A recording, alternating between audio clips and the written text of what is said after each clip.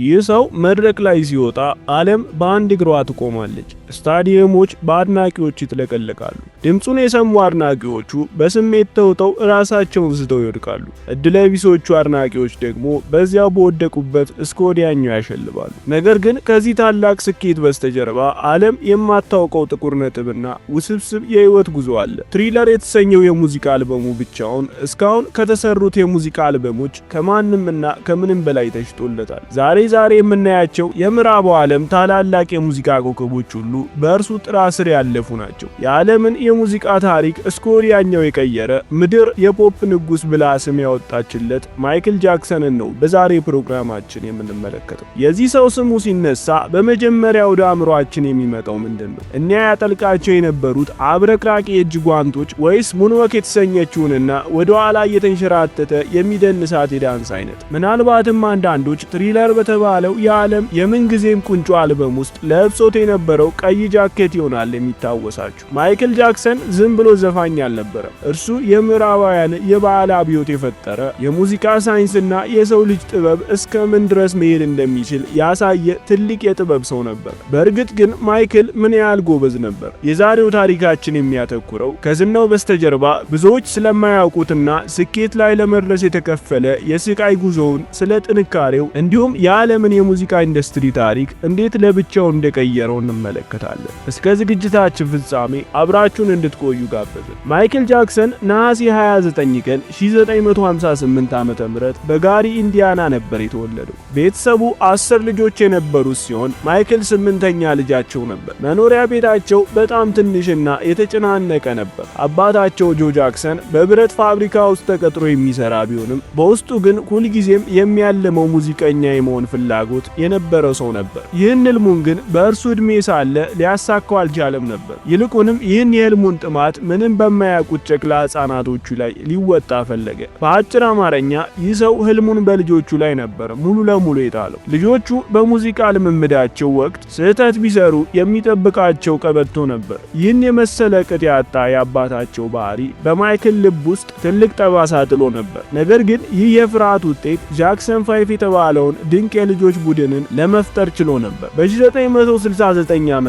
ጃክሰን 5 ሞታውን ሪከርድስን ይቀላቀላሉ። ታዲያ ከእኒህ 5 ህፃናት መካከል አንድ ልጅ ከጋሪ ኢንዲያና አብሯቸው መጥቶ ነበር። ያ ልጅ ማይክል ጃክሰን ነበር። በወቅቱ ዕድሜው ገና 11 ዓመት ቢሆንም ለ10 ዓመታት ያክል በሙዚቃው ዓለም የቆዩትን ትላልቅ የጥበብ ሰዎችን የሚያስንቅ ብቃት ነበረው። የሪከርድ ኩባንያው ባለቤት ቤሪ ጎርዲ የማይክልን ችሎታ ነበር በልዩነት የተመለከተው። ይህን ልጅ የነበረው ብቃት አጥርቶ ለማየት ችሎ ነበር። ማይክል ገና በለጋ ዕድሜው ሲያዜም እንኳን ድምፁ ከዕድሜው በላይ የበሰለ ነበር። ነገር ግን ይህ የተለየ ችሎታው ዝም ብሎ በአንድ ሌሊት የመጣ አልነበረም። ማይክል የዕድሜ እኩዮቹ ትምህርት ቤት ሲውሉ እርሱ እስከ ሌሊቱ 9 ሰዓት ድረስ ስቱዲዮ ውስጥ ቮካል ይለማመድ ነበር። አባቱ ጆ ጃክሰን ልጄ ማይክል ገና ታዳጊ ነውና የልጅነት ጊዜውን ቦርቆ ያሳልፍ ብሎ የሚያምን ሰው አልነበረም። እርሱ የሚፈልገው ፍጹምነትንና ያልተገደበ የሙዚቃ ችሎታን ከልጆቹ ማየት ብቻ ነበር። በዚህ ምክንያት አባት ልጁን ያለ ርህራሄ ሌትና ቀን በልምምድ ተጠምዶ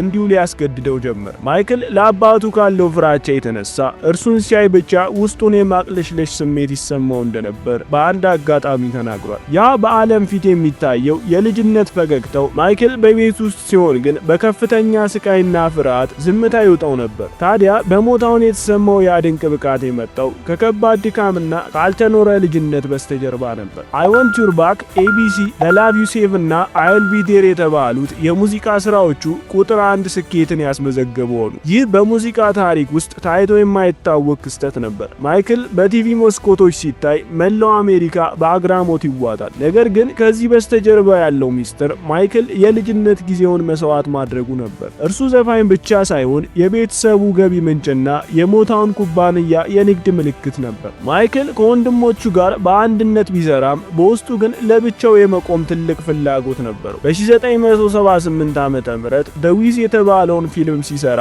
ከታዋቂው ፕሮዲውሰር ኩዊንስ ጆንስ ጋር ይገናኛል። ታዲያ ይህ ግንኙነት ተራ አልነበረም። ኋላ ላይ የዓለምን የሙዚቃ ታሪክ የቀየረ ጥምረትን ለመፍጠር ችሎ ነበር። እንደ አውሮፓውያን አቆጣጠር በ1979 ዓ.ም ማይክል የ21 ዓመት ወጣት ሆኗል። በውስጡ ታምቆ የቆየውን የሙዚቃ ችሎታውን ለዓለም ለማሳየት የቆረጠበትም ጊዜ ነበር። ከታዋቂው ፕሮዲውሰር ኩዊንስ ቢዮንስ ጋር በመሆን ኦፍ ዘ ዎል የተሰኘውን አልበም በዓለም ዙሪያ ለሚገኙ የሙዚቃ አፍቃሪያን ያበረክታል። አልበሙ በሚሊዮኖች የተሸጠ ቢሆንም በግራሚ አዋርድ የሽልማት ፕሮግራሞች ላይ ግን የሚገባውን ያክል እውቅና አልተሰጠውም ነበር። በአንድ የግራሚ ምሽት ማይክል ለራሱ አንድ ትልቅ ቃል ኪዳን ይገባል። ከዝግጅቱ ሲወጣ ማይክል የሚቀጥለው አልበሙ በታሪክ ትልቁና ስኬታማው የአልበም ስራ ይሆናል ብሎ ወስኖ ጨርሶ ነበር። ህዳር 29 ቀን 1982 ዓ.ም ዓለም በሙዚቃ ታሪክ ውስጥ ትልቁን ክስተት አስተናገደች። ትሪለር የተባለው የማይክል የሙዚቃ አልበም የተለቀቀበት ትልቅ ዓመት ነበር። ይህ አልበም ዘፈን ብቻ አልነበረም፣ የምዕራባውያን የባህል ወረራ ቢባል ይቀላል።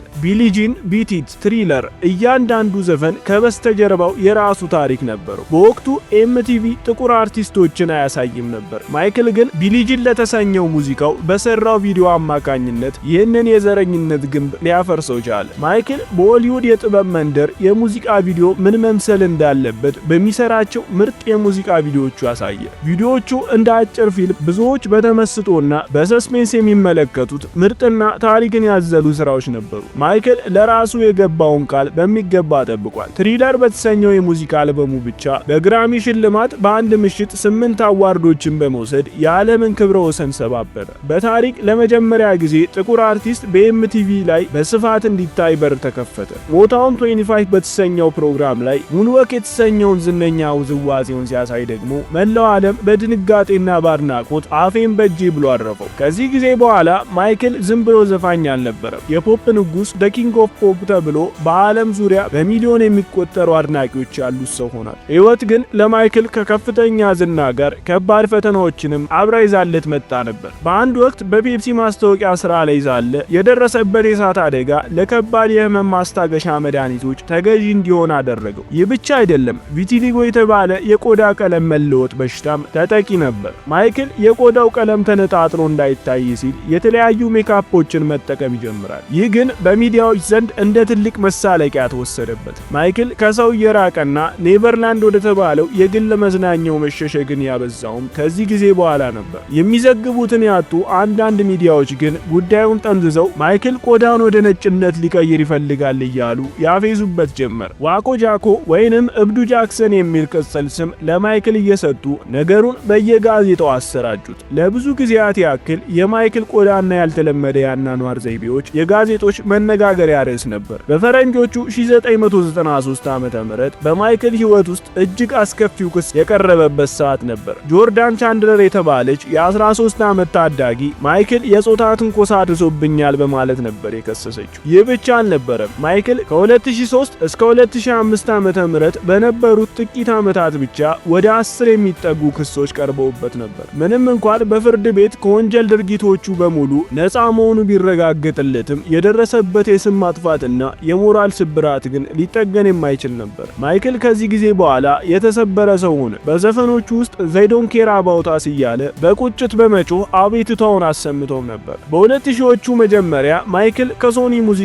ጋር ከፍተኛ ግጭት ውስጥ ገብቶ ነበር። የዘመናት ልፋቱን ውጤትና የሙዚቃ ባለቤትነቱን ለማስከበር ሲታገል የቆየበት ጊዜ ነበር። በ2009 ዓ.ም ማይክል ዚስ ኢዝ ኢት የተባለውን የመጨረሻ የኮንሰርት ስራውን ለማቅረብ እየተዘጋጀ ነበር። በጊዜው ማይክል የ50 ዓመት የዕድሜ ባለጸጋ ቢሆንም ለዚህ የኮንሰርት ስራ ግን እንደ 25 ዓመት ወጣት ልጅ ነበር የሚለማመደው። ሕይወት ግን ይህን ታላቅ ትርኢት ለዓለም እንዲያሳይ አልፈቀደችለትም ነበር። ሰኔ 25 ቀን 2009 ዓ.ም ዓለም የታላቁን ኮከብ የሆሊውዱን የፖፕ ንጉስ በሞት መለየት ሰማች። ሞቱ በዓለም ዙሪያ በሚሊዮኖች የሚቆጠሩ ሰዎችን ያስለቀሰ ታላቅ ሐዘን ነበር። የማይክልን የሥራ ውጤትና ትሩፋት ቁጥሮች ይመሰክራሉ። በሕይወት በኖረባቸው ዓመታት በዓለም ዙሪያ ከ1 ቢሊዮን በላይ የሙዚቃ ሪኮርዶችን ለመሸጥ ችሏል። 13 የግራሚ አዋርዶችን፣ 39 የጊነስ የዓለም ክብረ ወሰኖችን በስሙ አስመዝግቧል። የዚህ ሰው ብቃት በቁጥር ብቻ የተገደበ አይደለም።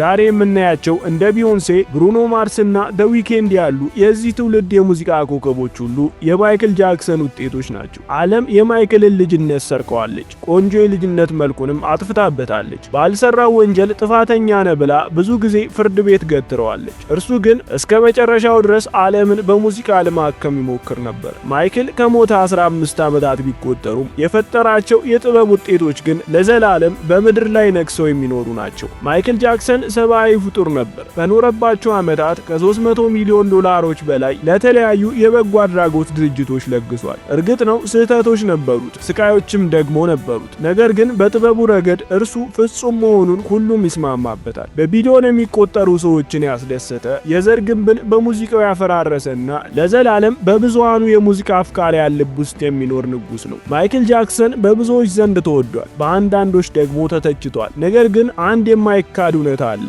ዓለም እንደርሱ ያለ ድንቅና ተጽዕኖ ፈጣሪ አርቲስት ዳግመኛ አታይም። ለዛሬ ያዝንላችሁ ታሪክ ይህን ይመስል ነበር። ዝግጅቱ ከተመቻችሁ ቪዲዮውን ላይክ ያድርጉት፣ ለወዳጅ ዘመዶም ያጋሩት። ለዚህ ዩቲዩብ ቻናል ቤተሰብ ካልሆኑ ደግሞ ሰብስክራይብ ምልክቷን በመጫን ቤተሰብ መሆን ይችላሉ። በሌላ አዝናኝና ድንቅ ፕሮግራም እስከምንገናኝ ግን ሰላም ሁኑ።